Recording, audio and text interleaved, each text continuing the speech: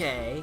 Yes, as Brian was talking about, anomalies. These are certain events that happen during the game that just happen randomly whenever you send your science ship out.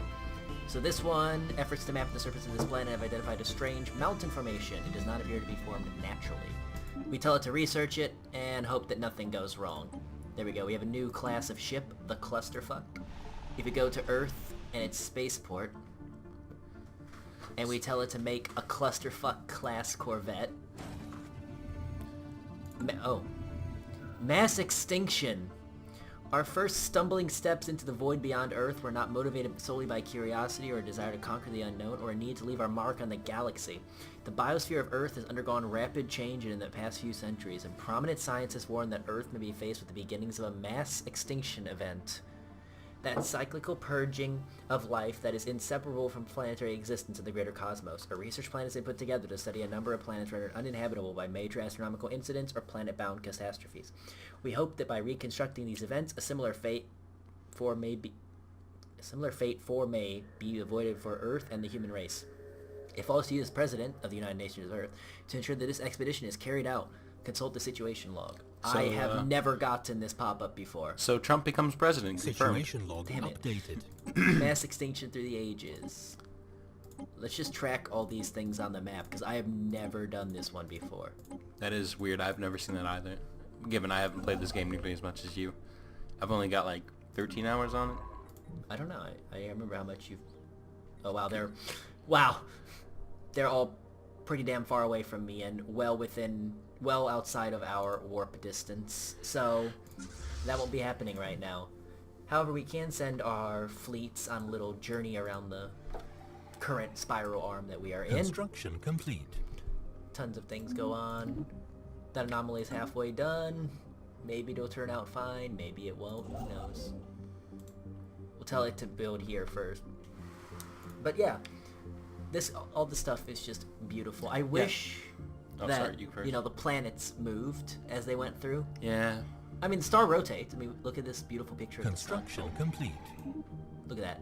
I mean, that's a nice picture of the sun rendered by a video game. That's not bad. But I wish the planets orbited correctly. Oh, giant skeleton.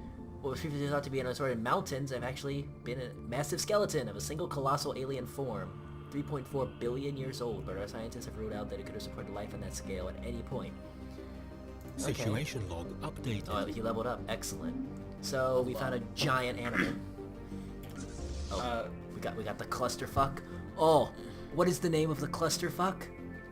The UNS Subrazitelny? No, sorry. Subrazitelny. I just said the same thing. I don't understand that name. I'm not sure what language that is. I'm sure that's some sort of reference. Okay, well, we're just going to merge our fleets by that. What you do is you take this, you just click one of your fleets, you shift-click the next fleet. The fleet you clicked first, and then you click merge. We'll merge to that with that priority. There's our newest ship. That's a Clusterfuck class Corvette cruising out right... Nope. There it is. There you go.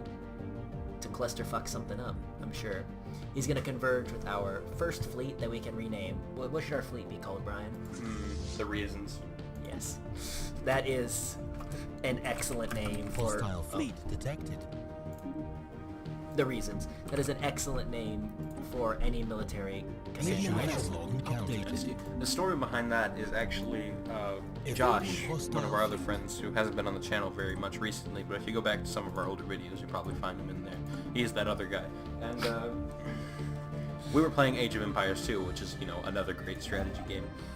And what was it? He was farming. We were on the same team, mind you. And he was just farming. And Mark marched in a shit ton of soldiers and set up guard posts all around his farm. So those are the reasons. What reasons? The reasons you need to keep working and supplying us food. He was on my side. I could do no damage to him or anything. Yeah, but he could block his buildings. Yes, so I just built turrets everywhere around him, watching his farmers. We still won because Mark is God when it comes to strategy games like that. This game, though, I played it 3 times before I won it, because this game punishes you for playing it anything other than methodical. Okay, can I go here now? We were invaded by some little alien. Keep in mind, this is literally just the very, very, very beginning. It gets a lot more complex the further you get on. And a lot more interesting too, because you meet like other races and stuff, and it really like turns into a political game. And that's what gets you screwed over. You look at your neighbor and you're like, oh, I could probably beat them and take them into my empire. But lo and behold, they were in an alliance with the strongest player in the game. Yeah, and that's not even getting into the fallen empires. Oh god, no, the Fallen Empires. Imagine the Covenant, but actually good. Yeah, and it doesn't matter how many Master Chiefs you can build. They will still kick your ass if you're not ready for them. And they will do so with an honest-to-God smile on their face. Because they like teaching you a lesson is how they put it. They view you as errant children in need of their guidance. Which just sounds amazingly, just Arrogant. Arrogant. But arrogance isn't good anywhere. Yeah. And yes, we have sent our science ship on a round trip around the galaxy. It is currently exploring in the Sakis system. No, I gotta say, I think it's perfectly safe. If I were an alien, I would be obligated. I know I spilled a little bit of the lemon on my pants.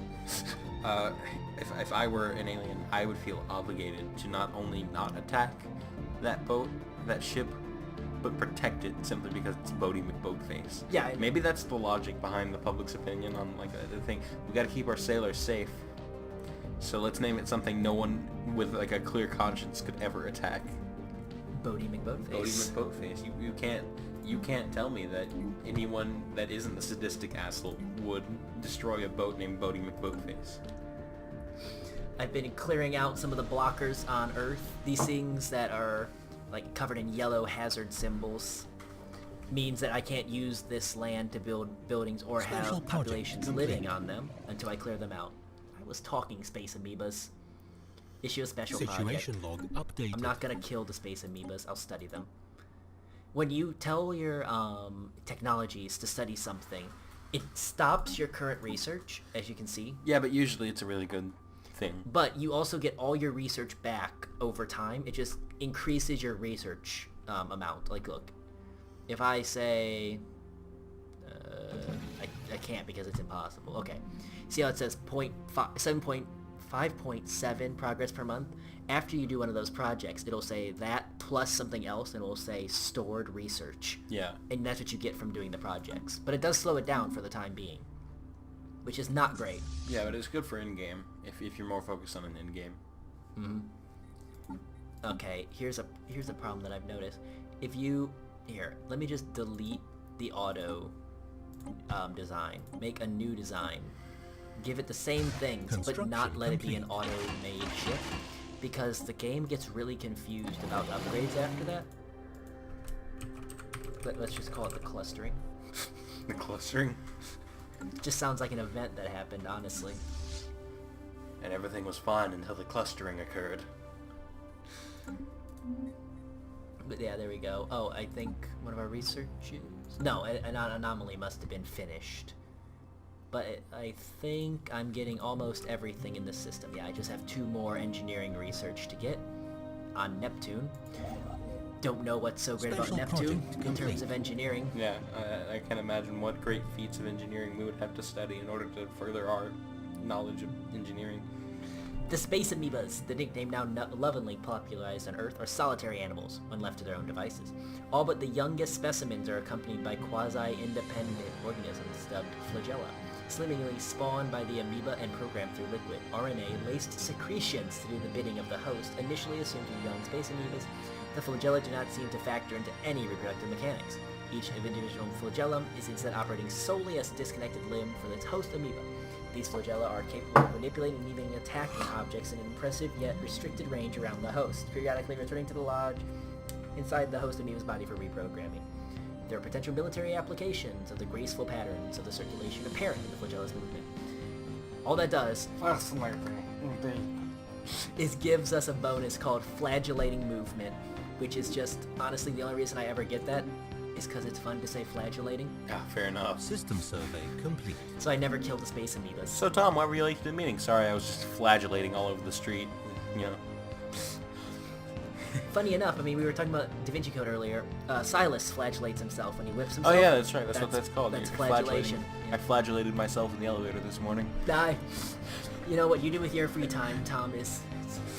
It sounds like something really dirty, but when you know the actual context, It probably, still sounds pretty dirty, it's actually honestly. more scary if you think about it. Like, can you imagine, like, the elevator doors open up in your floor, like, you know, you're just talking to your friend, like, hey, Bill, got the things from accounting this week? Oh, yeah, scored a sweet deal. Food, I hate myself, whoosh! I hate myself, whoosh! Alright, you know what, I'll just wait for the next one. I'll just wait for the next one. Excellent. Just gonna tell my construction chip to eventually get to the Sackus system. Oh, we have possible potential habitable planets. We got 18 continental and 12 continental. Pretty shit-sized continental planets, honestly. Yeah, how big is Earth? Earth is 16, actually. That's an average. Yeah, it's really annoying that it's not bigger. Just wait till you find another Gaia planet. Oh, don't be tricked by the Gaias. They're not what they seem. It's booby trapped. They are incredibly booby-trapped. Only go there if you like flagellating yourself. Yeah. This is basically what you're going to be doing. See, the Gaia planets, they're perfect planets for any sort of race of intelligent life. The problem is, there's a reason there's no intelligent life on them right now. The Fallen Empires really like them. Like, usually holy significance.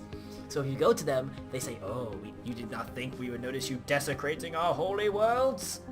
And then, you know, Well, if you're... geez, asshole, you could have put up a sign or something. To be fair, it did say Holy Throne or something, but I was like, okay, well, that's just an odd name for the game to give it, but that's fine. If you're me, the first time playing Stellaris, and you're feeling pretty good about your fleet at 7,000 combat power, and you're like, the United Nations of Earth will not be mocked. And then their fleets of like 20,000 appear next to your planet, blow it up, and leave. And you're like, oh. Oh, didn't even take me to dinner first. I'll take that mocking now Research instead. complete. And, of course, they kick you off the Gaia planet, because they're dicks.